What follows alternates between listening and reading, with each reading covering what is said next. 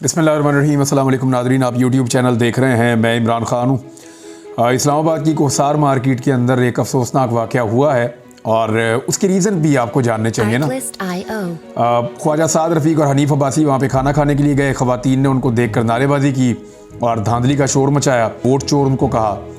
तो उसके बाद वहाँ पे लड़ाई शुरू हो गई और धींगा मुश्ती शुरू हो गई और मार कुटाई शुरू हो गई और ख़वातीन के साथ जो है वो लड़ाई शुरू हो गई साद रफ़ीक साहब की और हनीफ अब्बासी साहब की वैसे बेसिकली लड़ाई हुई है। साद रफ़ीक साहब फिर हनीफ अब्बासी साहब को लेकर गाड़ी के अंदर वहाँ से निकल गए। ख़वातीन के बारे में अभी तक नहीं मालूम कौन ख़वातीन हैं, लेकिन आम शहरी हो सकती हैं इस्लामाबाद की। देखें, इस्लामाबाद की 3 सीटें और रावलपिंडी की 13 नशिस्तें। ये 16 सीटें तो सीधी पाकिस्तान तहरीक इंसाफ की सीटें हैं। इनमें एक सीट के ऊपर भी PMLN का कोई उम्मीदवार छोटी मोटी लीड से भी नहीं हार रहा था। यानी बहुत कम भी लीड आप बताएं तो 30,000 25,000 कम से कम, वरना 60 70 हज़ार की लीड से ये लोग हार रहे थे वहाँ से, और वो इलेक्शन उनको जितवा दिया गया है।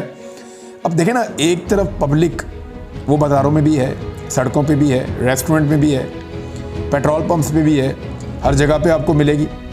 और उस पब्लिक को पता है कि हमने वोट डाला था किसी और को, इनको ज़बरदस्ती जिता दिया गया है, तो वो आपको देख कर फिर रिएक्ट करेंगे। जमहूरियत तो यही है ना कि जिसका वोट है वो उसी का गिना जाए।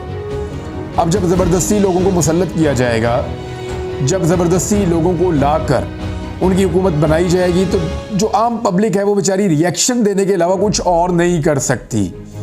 तो ये अफसोसनाक वाक़या है। ऐसे वाक़यात नहीं होने चाहिए, लेकिन इन वाक़यात को रोकने का जो सबसे आसान और बेसिक तरीका है वो क्या है? वो ये है कि लोगों ने जिसको वोट दिया उसकी जीत का नोटिफिकेशन जारी कर दिया जाए। सादा चीज़ ये है, इसके अलावा दूसरा हल कोई नहीं है। अच्छा जी, ब्यूरोक्रेसी का एक बड़ा इम्तिहान शुरू हो गया है और जो ROs बने थे, जो लोग प्रिजाइडिंग ऑफिसर्स बने थे, उनके ऊपर बहुत ज़्यादा दबाव है। कुछ प्रिजाइडिंग ऑफिसर्स ने मेरे साथ रब्ता किया 2-3 शहरों से। वो कह रहे हैं जी हम आपको बताना चाहते हैं कि हमसे क्या काम लिया गया और किस तरीके से लिया गया और ये धांधली किस तरह हुई है। अब लोग आगे बढ़ के बता रहे हैं, ROs जो हैं वो भी छुपते छुपाते कहीं ना कहीं इन्फॉर्मेशन लीक कर रहे हैं, बता रहे हैं कि उनके ऊपर कितना दबाव था और किस तरह दबाव था। अब ये मामला दबने वाला है नहीं, ये जहां ख़त्म होगा नहीं, क्योंकि इससे पहले निज़ाम को इतने गंदे और नंगे तरीके से कभी इस्तेमाल नहीं किया गया जैसे अब इस्तेमाल किया गया है। पाकिस्तान में सोशल मीडिया, ख़ास तौर पर ट्विटर बंद है और उस ट्विटर को वज़ीर-ए-आज़म पाकिस्तान इस्तेमाल करता है VPN लगा के। अंदाज़ा कीजिए आप, हुकूमत ट्विटर को बंद करती है और ट्विटर को इस्तेमाल करता है पाकिस्तान का वज़ीर-ए-आज़म। और कैसे करता है? VPN लगा के। यहाँ से आप अंदाज़ा कर लीजिए ये आज़ादी इज़हार राय है पाकिस्तान में। और जो कम्युनिटी नोट्स वाला मामला है वो इनके गले पड़ा हुआ है। पहले झूठ बोल देते हैं, झूठ लिख देते हैं, फिर वो झूठ पकड़ा जाता है और ट्विटर जो है वो उसको आइडेंटिफाई करके छोड़ देता है। ये एक अजीबोगरीब चीज़ आ गई है ट्विटर पे। यानी आपने झूठ बोला, आपने गलत बयानी की, लोगों ने रिपोर्ट किया, ट्विटर ने हकायक चेक किए और उसकी रोशनी में वहाँ पे एक कम्युनिटी नोट लिख दिया कि जी ये बंदा झूठ बोल रहा है, ये वाली बात ऐसे नहीं है, ये बात एक्चुअली ऐसे है। तो मरियम औरंगज़ेब के साथ और काकड़ साहब के साथ, दोनों के साथ ये हुआ है। मरियम औरंगज़ेब साहबा ने जो है वो इसको बदल के तो ये कहने की कोशिश की कि निब दे वलिद, बट ये एक्चुअली था नहीं।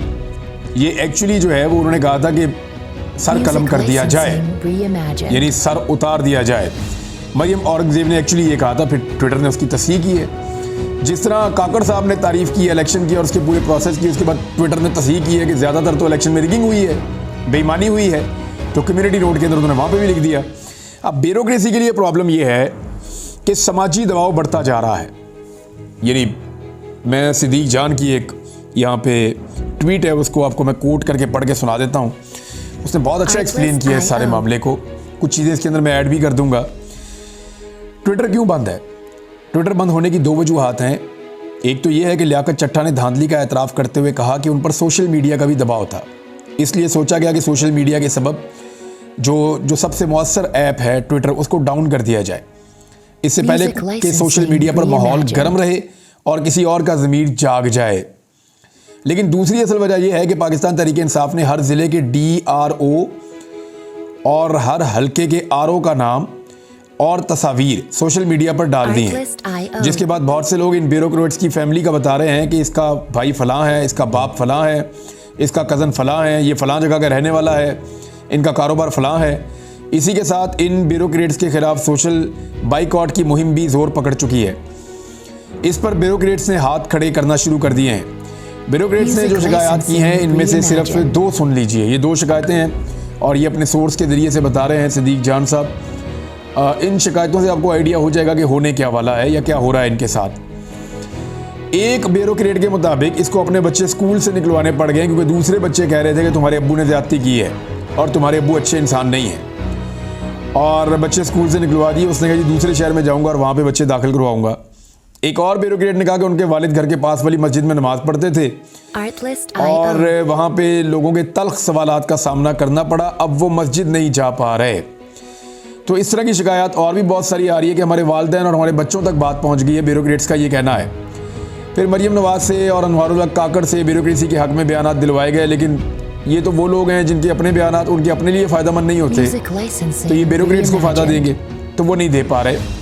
फिर ओवरसीज़ पाकिस्तानी जो है वो भी ये मुहिम चलाते हैं, वो बताते हैं कि जनाब ये ब्यूरोक्रेट है और ये ऐसे है और उसको फैलाते हैं। तो वहाँ तो उस मुल्क के अंदर तो रोका नहीं जा सकता, ट्विटर को पाकिस्तान में बंद कर सकते हैं। तो बेहतर यही है कि जो ब्यूरोक्रेट्स ईमानदार हैं वो वीडियो रिकॉर्ड करें और अपने सामने कुरान मजीद रख कर गवाही दें, यकीनन उनके खिलाफ मुहिम फौरी तौर पर रुक जाएगी।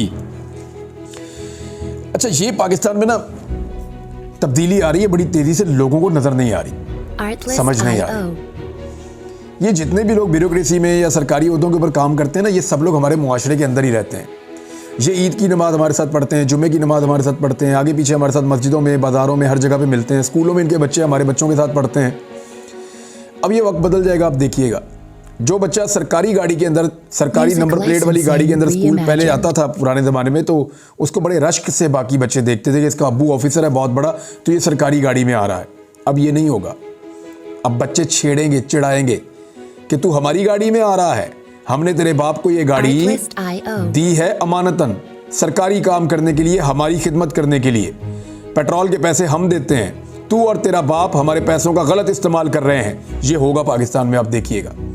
ये जो औरतें बाजारों में निकल जाती हैं ना सरकारी गाड़ियां लेके शॉपिंग करने के लिए सरकारी मुलाजिमीन के साथ, इनको बाजारों के अंदर देखना इनके साथ क्या होगा। लोग इन्हें कहेंगे कि आप सरकारी गाड़ी में शॉपिंग करने क्यों आ गई हैं जी, ये तो हमारी गाड़ी है। मुझे याद आ गया, थोड़े दिन पहले मैं एक जगह शिकार खेलने के लिए गया, तो वहाँ पे एक गाड़ी के अंदर लोग शिकार खेल रहे थे, कुत्ते भी बीच में बिठाए हुए थे और गन शन भी, और वो सरकारी गाड़ी थी किसी डीपीओ की, पुलिस वाले की, ऊपर नीली बत्ती भी लगाई हुई है, हरी नंबर प्लेट भी है। वो वहाँ पे डट के शिकार खेल रहे थे और उस एरिया में खेल रहे थे जहाँ पे मना किया गया था, और उनको कोई रोक नहीं पा रहा था। उनके साथ गनमैन भी थे और सरकारी बंदे थे। तो मैंने उनकी गाड़ी के सामने गाड़ी लगा के तो रोक लिया उनको, और मैंने उनसे कहा कि जनाब आप मेरी गाड़ी में शिकार क्यों खेल रहे हैं? उन्होंने कहा ये गाड़ी आपकी तो नहीं है, ये तो सरकारी गाड़ी है। तो मैंने कहा ये मेरी गाड़ी है ना, सरकारी गाड़ी है, तो तुम मेरी गाड़ी में कैसे शिकार खेल सकते हो? टैक्स तो हम देते हैं। अगर शिकार खेलने का शौक है जाके अपनी गाड़ी लेकर आओ, अपनी बंदूकों से, अपनी गाड़ी से, अपने इंतजाम से शिकार खेलो। ये गाड़ी तुम्हें दी है सरकारी काम करने के लिए, तुम लेके इधर जंगल में चला रहे हो, और वो सारी पहाड़ियाँ हैं और कच्चे रास्ते हैं। यानी अपनी गाड़ी का तो बंदा नुकसान बर्दाश्त कर लेता है, लेकिन यानी जो भी जाता है वो रिस्क लेके जाता है। गाड़ी टूट सकती है, नुकसान हो सकता है उस गाड़ी का, जंगल में नाहमवार रास्ते होते हैं, लेकिन वो आदमी सरकारी गाड़ी को ऐसे माले मुफ्त दिले बेरहम। तो मैंने उनको पकड़ लिया वहाँ पे, तो और भी लोग इकट्ठे हो गए। तो इसी तरह आप देखेंगे कि आने वाले वक्त में सरकारी वसाइल का इस्तेमाल सरकारी मुलाजमीन के लिए मुश्किल होता चला जाएगा। और ये ट्विटर को बंद करने का जो रीज़न लिखा है ये ठीक लिखा है सिद्दीक जान ने, मुझे लगता है मामलात इसी तरफ जाएंगे। अब आ जाएं मखसूस नशिस्तों की तरफ। क्या पाकिस्तान तहरीक इंसाफ को मखसूस नशिस्तें मिल जाएंगी? क्योंकि उनके अराकीन ने सुन्नी इत्तेहाद काउंसिल को ज्वाइन कर लिया, पंजाब में, खैबर पख्तूनख्वा में, वफाक में और सिंध में भी। तो क्या उनको मखसूस नशिस्तें मिल जाएंगी? बड़ा सवाल है ना। तो इसका सिंपल जवाब मैं आपको दे देता हूँ कि मिल जाएंगी। उसकी वजह यह है कि माजी में हमारे पास एक मिसाल मौजूद है। दो चीज़ें मैं आपके सामने एक्सप्लेन कर देता हूँ। जब ये केस चल रहा था ना इंतखाबी निशान वापस लेने वाला, तो उस वक्त बैरिस्टर गोहर जो पाकिस्तान तहरीक इंसाफ के इस वक्त करता धरता है, तो बैरिस्टर गोहर ने उस वक्त काजी फाइज साहब को कहा था कि आप हमारा इंतखाबी निशान वापस ले रहे हैं, तो हमारी मखसूस नशिस्तों का क्या बनेगा अगर हम जीत गए? तो काजी फाइज ईसा साहब ने उस वक्त कहा था कि अगर आप जीत जाएंगे तो इसका हम हल निकाल देंगे। तो अब देखते हैं काजी फाइज ईसा साहब इसका क्या हल निकालते हैं। दूसरा, लिहाद अली हैं, डॉन के रिपोर्टर हैं, सीनियर जर्नलिस्ट हैं। उन्होंने एक मिसाल पेश की है इसी हवाले से। 2019 में फाटा के इलेक्शन हुए थे, आपको याद होगा। वो 2018 के बाद 2019 में फाटा के इलेक्शन हुए थे, उनका वहाँ पे मर्जर का मामला चल रहा था। 2019 में जो फाटा के इंतखाबात हुए थे उसमें 3 आज़ाद उम्मीदवार जीते थे, एक शफीक अफरीदी, दूसरे बिलाल अफरीदी, तीसरे अब्बास रहमान, ये फाटा से जीते थे। ये 3 आज़ाद उम्मीदवार जीतने के बाद बलूचिस्तान अवामी पार्टी में शामिल हो गए। हालांकि इससे पहले बलूचिस्तान अवामी पार्टी का कोई वजूद खैबर पख्तूनख्वा में नहीं था। इन तीनों अरकान ने कहा जी कि हमें मखसूस नशिस्त भी दी जाए, तो फिर इनको इलेक्शन कमीशन ऑफ पाकिस्तान ने इजाज़त दी। इन्होंने इलेक्शन कमीशन ऑफ पाकिस्तान को दरख्वास्त दी और उसके बाद बसीरत बीबी नामी खातून को इन तीनों सीटों के एवज एक मखसूस नशिस्त पर MPA बनाया गया। तो ये बड़ा सिंपल है कि ये माजी में हो चुका है। अगर पाकिस्तान तहरीक इंसाफ के लिए कोई कानून तब्दील करना है या ये गुंजाइश ख़त्म करनी है तो मर्जी है, अदरवाइज़ ये सीटें कानून के मुताबिक माजी की इस कार्रवाई को देखते हुए पाकिस्तान तहरीक इंसाफ को बआसानी मिल जाएंगी। BBC ने एक बड़ी तफसीली रिपोर्ट छापी है और वो रिपोर्ट है इस हवाले से कि पाकिस्तान तहरीक इंसाफ को सबके सब ताने देते थे कि ये सोशल मीडिया की पार्टी है, और उसी सोशल मीडिया को इस्तेमाल करते हुए पाकिस्तान तहरीक इंसाफ ने सारी पॉलिटिकल पार्टीज़ को शिकस्त दे दी। देखिए उनके पास था क्या, ना वो जलसा कर सकते हैं, ना वो जुलूस कर सकते हैं, ना वो रैली कर सकते हैं। उन्होंने सोशल मीडिया के थ्रू पाकिस्तानियों को मोटिवेट किया और उन पाकिस्तानियों ने सोशल मीडिया से मिलने वाले पैगाम को आगे फैलाया और करते कराते मामला यहाँ तक पहुँचे कि लोगों की एक बहुत बड़ी तादाद ने पाकिस्तान तहरीक इंसाफ को वोट डाल दिए। और पाकिस्तान तहरीक इंसाफ को डलने वाले वोट इलेक्शन गुजरने के 11 दिन हो गए ऑलमोस्ट, अभी तक काबू नहीं आ रहे। अभी तक जो है वो जाली वोटों की कहानियाँ सामने आ रही हैं, जाली फॉर्म 45 की कहानियाँ सामने आ रही हैं, अभी तक वोट ज़ाया करने की कहानियाँ सामने आ रही हैं।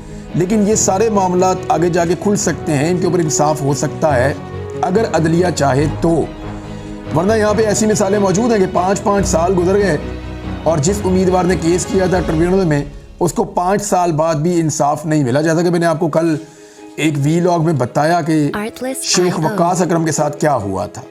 5 साल तक कोशिश की लेकिन सीट वापस नहीं मिली। 5 साल बाद इलेक्शन लड़ के दोबारा मेंबर कौमी असम्बली बन गए लेकिन 5 साल सीट नहीं मिली। एक और बड़ी खबर ये है, और आज शायद इसके ऊपर कोई डेवलपमेंट हो जाए, नॉर्मली पाकिस्तान में होती नहीं है, कि गैर कानूनी गिरफ्तारियों के मामले पर तौहीन अदालत पर डिप्टी कमिश्नर इस्लामाबाद की गिरफ्तारी का हुक्म शहरियार अफरीदी और शानदाना गुलजार को MPO ऑर्डर के तहत गिरफ्तार किया गया था और इस पे अदालत ने मना किया था। और अब मामला ये है कि डिप्टी कमिश्नर इरफान नवाज़ के वारंट गिरफ्तारी जारी कर दिए अदालत ने और कल सुबह 9 बजे अदालत में गिरफ्तार करके पेश करने का हुक्म दिया है। लेकिन क्योंकि निज़ाम किसी और तरफ चल रहा है, देखते हैं आज हाई कोर्ट के अंदर इंसाफ होता है या नहीं होता। मैं एक चीज़ और कहना चाहता हूँ, चंद दिन पहले मैंने एक रिमार्क्स दिए थे, मुझे सवालात किए थे सहाफ़ियों ने, तो वहाँ मैंने जवाबन 1-2 जुमले ऐसे बोले जो मुझे नहीं बोलने चाहिए थे। मेरे दोस्त हैं एहतशाम, उन्होंने इस पर मेरी निशानदेही की, बल्कि उन्होंने इसका तस्करा किया, तो मुझे लगा कि उन्होंने ठीक कहा और सही मशवरा दिया है। मुझे वो नहीं कहना चाहिए था।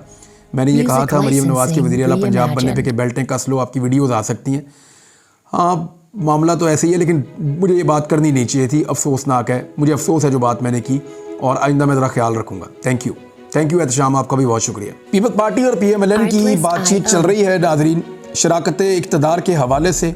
और देखिए इनका ट्रैक रिकॉर्ड अगर आप दोनों जमातों का देखें ना, तो ये बातें बहुत बड़ी बड़ी करेंगे कि हम बाहर रहना चाहते हैं, हम हुकूमत का हिस्सा नहीं बनना चाहते, लेकिन एक्चुअली ये दोनों ये यकीन हासिल करना चाह रहे हैं कि अगर हम हुकूमत बना लेते हैं तो हमारी हुकूमत को 5 साल तक चलाया जाए, चाहे अवाम का जूस निकल जाए, चाहे पाकिस्तानियों का कचूमड़ निकल जाए, चाहे मईशत पूरी तरह तबाह हो जाए, हालात किसी भी नहज पर पहुंच जाएं, हमें गारंटी दी जाए कि हमें 5 साल तक इक़्तिदार में रहने दिया जाएगा बगैर मैंडेट के।